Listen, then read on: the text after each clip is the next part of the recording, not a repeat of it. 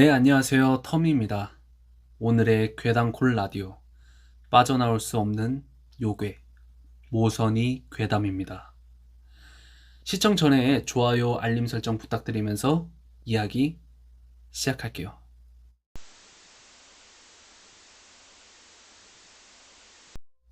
너희들 모선이라고 들어봤어? 그것이 제가 시작한 무서운 이야기의 첫 운이었어요. 천둥이 치는 여름밤, 자취방에 모인 저희의 놀이거리로는 무서운 이야기가 제격이었죠. 귀신 이야기를 하면 귀신이 온다 라는 말도 있지만 건장한 20대 청춘에게는 무서운 게 없었죠. 촛불을 밝히고 각자 무서운 이야기를 끝마쳤지만 생각보다 무섭지 않았어요. 그리고 분위기를 살릴 마지막 기회가 저에게 돌아왔죠. 그런 건 처음 들어보는데. 맞아. 내가 무서운 이야기는 꽤 좋아하는데 모선이는 처음 들어. 제가 뗀 첫 운을 듣고 다들 무거운 표정으로 고개를 저었어요. 뭐 그럴만도 해. 나도 10살 때 처음 겪은 일이거든. 이거 괜히 지어낸 이야기 아니야? 다른 거 없어? 초치지 말고 있어봐. 진짜 무서운 이야기인데다가 내 경험담이니까. 저는 제 앞에 있던 물이 든 잔을 마셨고요. 길다며 긴 이야기니 미리 목을 적셔놓는 것이 좋을 테니까요. 빈잔이 된 종이컵은 친구 A가 가져가서 쓰레기통에 버렸죠. 하여간 집주인 유세 부리긴. 자, 얘기 시작할게. 이야기는 제가 10살 때 초여름이었어요. 해도 빨리 뜨고 매미도 새벽부터 울어제껴서 아침잠 즐기기는 그른 시절이었죠. 저는 대충 물로 세수를 마치고 식탁에 앉았고 평소 같았으면 9시쯤에 일어나서 시리얼로 아침을 때웠겠지만 오늘은 갈 곳이 있었어요. 어제 산 잠자리채가 얼마나 성능이 좋은지 실험해 볼 이유도 있었고 남들 다 기르는 사슴벌레를 저도 한번 길러보고 싶은 이유도 있었죠.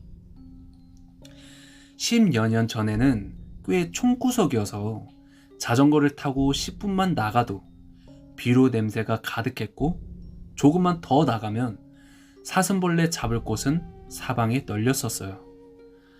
마침내 준비를 마치고 저는 의기양양하게 자전거에 올랐어요. 가방에 꽂아놓은 잠자리채가 깃발처럼 멋있게 휘날렸죠. 그때 수연이가 중간에 끼어들었어요. 좀 지루한데 이거 무서운 이야기 맞아? 다른 이야기는 없어? 맞으니까 가만히 있어봐. 원래 공포영화도 앞에 20분은 다른 이야기만 하잖아. 저는 단박에 수연이의 말을 자르고 이야기를 계속했어요. 그날은 아침이라 길에 차가 없었어요. 하지만 차 대신 망할 안개가 자욱했죠. 인근의 저수지에서 피어오른 안개는 무진처럼 사방을 뒤덮었어요. 꽤 짙어서 정오가 돼야 사라질 것 같았죠. 저는 무서워서 핸들에 달린 라이트를 켰어요. 싸구려 중국제 라이트는 고작 제 앞길을 밝히는 게 전부였죠. 목적지인 산에는 가까워졌지만 안개는 사라질 생각 따위는 없어 보였어요. 그렇게 산기슭에 도착해서 자전거를 메어놓고 안개를 뒤로하고 산줄기를 타고 올라갔지만 잠자리는 고사하고 사슴벌레 역시 한 마리도 보이지 않더라고요. 점점 산을 타고 올라갔지만 오히려 안개는 짙어만 질 뿐 상황은 바뀌지 않았고 저는 그때 깨달았어요. 매미 울음소리조차 들리지 않는다는 사실을요. 등줄기에서는 식은땀이 흘렀어요. 이른 아침부터 울어제낀 매미가 왜 울지 않는 걸까? 무언가 잘못됐다. 무언가 잘못 돌아가고 있다. 나가야 한다. 저는 어제 산 잠자리채도 내던지고 산길을 뛰어내려왔어요. 발목을 접지를 뻔했지만 속도를 줄일 수는 없었죠. 다행히도 자전거는 그곳에 그대로 있었고 자물쇠를 푸는데도 손이 달달 떨려서 정말 미치는 줄 알았어요. 살면서 자전거로 그런 속도를 낸 적은 처음이었어요. 한치 앞이 안 보이는 안개 속이었지만 저는 곡성길에서도 속도를 줄이지 않았죠. 그리고 제 직감은 맞아 떨어졌어요. 1시간은 달렸지만 저는 아직도 안개 속이었죠. 허벅지는 저리고 입은 타들어갔고 습기가 가득 찬 안개 속에서 땀은 식지도 못하고 계속 펑펑 쏟아져 나왔어요. 그때 저 멀리서 팔각정이 보이더라고요. 흔히 논밭 옆에서 볼 수 있는 시설물이지만 저는 1시간이 지나서야 본 것이었죠. 더 달릴 재간도 없었고 귀신이 저를 잡아가더라도 숨이라도 돌릴 생각으로 팔각정에 멈춰 섰어요. 계단을 타고 2층으로 올라가자 옛날 한복을 걸친 사람이 막걸리를 기울이고 있었죠. 학생, 이런 곳에 처음 오는가? 그는 아무런 감정도 없이 말했고 저는 그가 깔고 앉은 돗자리로 다가가 쓰러지듯 주저앉았어요. 학생은 어찌도 이리 깊이 왔는가? 누구세요? 그는 양은 그릇에 담긴 막걸리를 들이키며 저를 바라보고 말했어요.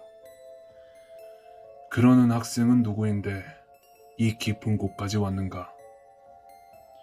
저는 그 사람이 이 모든 걸 알고 있다는 생각이 들면서 눈물이 새어나왔어요. 하염없이 눈물을 흘리고 있자 그가 다가와서 말을 이었죠. 이제 이 막걸리를 마시게. 한복을 걸친 이는 저에게 막걸리가 담긴 양은 그릇을 건넸어요. 저는 그릇을 받아들었죠. 근데 막걸리의 색은 오묘하게 흔들리는 불빛과도 같았어요. 제 시선을 옮기기가 어려울 정도로 아름다웠죠. 그 양은 그릇을 입에 대자 냉장고에서 갓 꺼낸 것 같은 차가움이 입술에 맴돌더라고요. 바깥에 있던 그릇 같지가 않았죠. 저는 왠지 모를 위화감에 다시 입술을 떼고 물었어요. 그런데 선생님은 누구세요? 아무 답변도 들리지 않아서 저는 고개를 들고 그 사람을 바라봤죠. 그런데 아까까지만 해도 인자한 웃음을 짓고 있던 한복을 입은 아저씨는 없었어요. 흰자도 없이 검게 타버린 두 눈으로 저를 바라보고 있었고 입꼬리가 귀에 닿을 듯 웃고 있는 귀신이 있었죠. 저는 깜짝 놀라서 들고 있던 양은 그릇을 바닥에 던져버렸어요. 그러자 그 귀신은 여자도 남자도 아닌 목소리로 말하고 있었고 입에서는 서리가 계속 흘러나왔어요. 마셔, 마셔, 마셔. 그 두 눈은 저를 바라보고 있었고 목은 점차 길어지고 창백한 얼굴은 저에게 점점 다가왔어요. 완전히 미쳐버릴 것 같았죠. 실성한 사람처럼 웃음이 나왔고 이 모든 게 꿈인 것 같았어요. 아! 저는 소리를 지르면서 몸을 일으키니 여전히 팔각정이었죠. 하지만 아까와는 달랐어요. 해는 중천에 올라와 안개는 사라졌고 저 멀리에서는 차가 지나가는 소리가 들렸죠. 그제야 제가 알던 세상에 돌아왔다는 생각이 들었어요. 저는 뒤도 안 돌아보고 자전거를 타고 집으로 돌아왔죠. 꽤 무서운 이야기긴 한데 야, 이거 너무 전형적이다. 그래도 수고했어. 과일이나 먹어. 비는 그렇게 말하며 과일 접시를 내밀었어요. 저는 고개를 저었죠. 아니야, 이 이야기는 여기서 끝나지 않았어. 다들 집중해서 내 얼굴을 바라보았고 저의 다음 말을 기다리고 있는 듯 했죠. 그렇게 그 후에 이야기를 했습니다. 집에 돌아오고 엄마한테 그 이야기를 했죠. 정말이지 무서운 경험을 했다고요. 저는 이 이야기를 하는 도중에도 소름이 돋았어요. 그리고 다시 마음을 추스르고 말을 이어갔죠. 엄마는 제 이야기를 들으면서 점점 얼굴이 굳어져 갔어요. 진영아, 엄마 말 잘 들어. 오늘은 다른 곳에서 자야 돼. 엄마는 제 팔을 잡으며 말했어요. 전혀 농담 같지가 않았죠. 엄마, 왜? 엄마의 눈동자가 빠르게 흔들렸어요. 오늘은 템플스테이를 하러 갈 거야. 다녀오면 돈까스 사줄게. 그런 단순한 말에 속아 넘어갈 정도로 저는 어린아이였죠. 물론 다음날 아침에 돈가스를 사주셨으니 틀린 말은 아니었지만요. 저는 질질 끌리듯 엄마에게 손목이 붙잡혀 차로 끌려갔어요. 조수석에서 이상하게 졸음이 막 쏟아지는데 엄마는 저를 때려가면서 자지 말라고 외쳤죠. 어릴 때는 9시가 넘어가면 꾸벅꾸벅 졸기 시작한 저에게는 너무나도 가혹한 처사였어요. 30분을 달린 끝에 도착한 곳은 어느 작은 암자였죠. 대나무를 세운 걸로 보아 무당집 같아 보였죠. 엄마는 저를 번쩍 들어서 양팔로 안고는 암자 안으로 뛰어가려고 하자 누군가 안에서 문을 열고 소리쳤어요. 누가 그런 걸 들고 오는 거야? 흔히 떠올릴 수 있는 무당의 행색을 한 여자였어요. 졸음이 쏟아지는 제 눈에서 강렬한 눈동자가 보였죠. 언니, 우리 애가 모선이에 씌였어. 언니라고 하며 불린 무당은 혀를 끌끌 차며 제 이마에 손을 얹었어요. 너 대체 뭘 하고 돌아다니는 거야?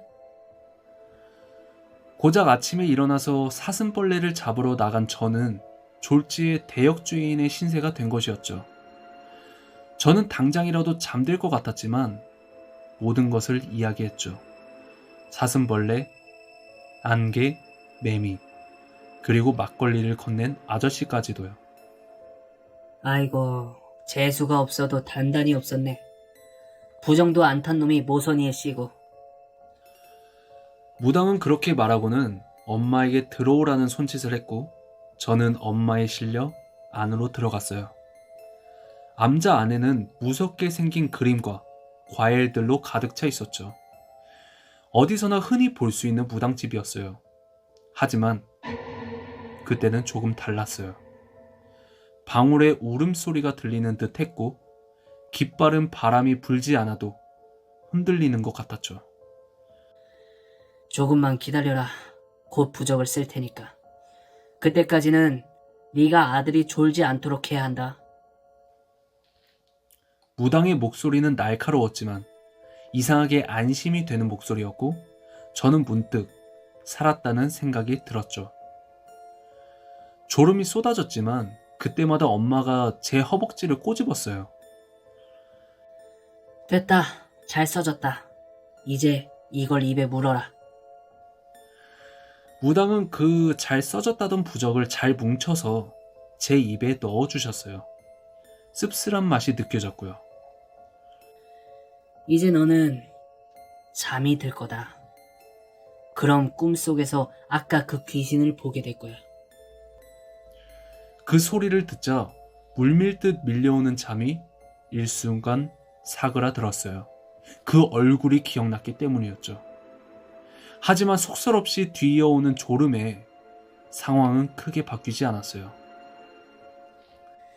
절대 모선이가 주는 음식을 먹어서도 마셔서도 안 된단다. 온갖 방법으로 널 속이려고 할 거야. 점점 무당의 소리가 흐릿해지고 도저히 졸려서 참을 수가 없더라고요. 부적이 있는 동안에는 먹어도 마시지도 못하겠지만 침에 부적이 녹고 나면 너 홀로 싸워야 한다. 무당의 얼굴조차 똑바로 보이지 않았고 엄마는 제 허벅지를 꼬집었지만 아프지도 않았죠. 그 전에 꿈에서 깨야 한다. 그 마지막 한마디를 듣고 저는 잠이 들었어요. 우와, 야, 이번 이야기는 좀 흥미진진한데? 비는 닭살이라도 난 듯 팔뚝을 문질렀고 다들 비슷한 반응을 보였죠. 야, 이만하면 무서운 이야기 1등상은 네가 받겠네? 비는 익숙하지도 않는 너스레를 떨었고 저는 당연하다는 듯 대답했죠. 당연하지. 어디 인터넷에서 본 거랑 내가 직접 겪은 실화랑 같냐? 한참을 이야기하고 나니 목이 타들어가는 것 같아서 마시려고 했지만 물컵에 있던 물은 아까 마셔서 없더라고요. 주변을 둘러보니 비의 허벅지 옆에 물병이 있길래 야, 비야, 거기 물병 좀 줘봐. 후반전 시작하기 전에 목 좀 축이자. 아, 여기 있어. 받아. 비는 저에게 물병을 건넸고 물병이라고 해봐야 1.5리터짜리 페트병이었어요. 이미 각자 무서운 이야기를 풀어놓는 동안 몇 모금씩을 마시는 것인지 얼마 남지도 않았죠. 아무튼 말이야, 나는 엄청나게 당황했어. 야, 세상에 10살짜리 꼬맹이가 그런 일에 휘말릴 거라고 생각이나 했겠어? 야, 그래서 그 뒤는 어떻게 됐어? 비의 다그침에 저는 검지를 들어 보이며 대답했어요. 그 뒤? 잠깐만, 나 물에 입도 못 댔어. 주말 드라마처럼 중요한 순간에 일부러 이야기를 끊었더니 친구들의 얼굴에는 기대가 가득 찼죠. 목을 학처럼 내민 친구들을 애태우는 것은 은근히 재밌더라고요. 좋은 취미는 아니지만요. 저는 천장을 향해 입을 쩍 벌렸어요.